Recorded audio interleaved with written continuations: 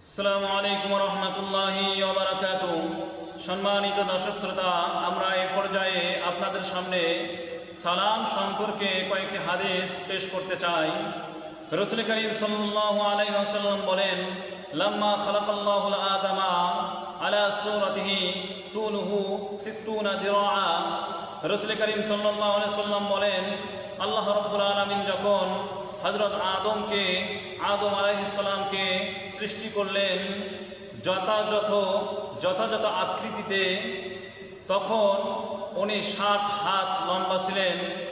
তখন আল্লাহ রাব্বুল আলামিন হযরত আদমকে বললেন, ইযহাব ফাসাল্লিম আলা উলাইকাল নাফারিল মালাইকাতিল জুলুস।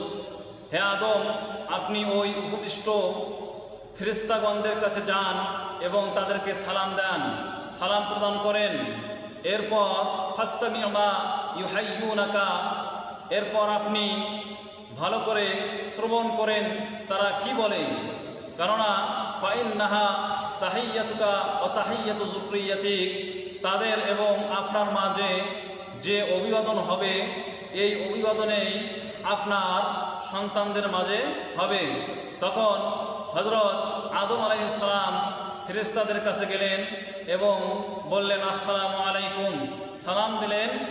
এর উত্তরে ফেরেশতাগণ ফাকুলু আসসালামু আলাইকা ওয়া রাহমাতুল্লাহ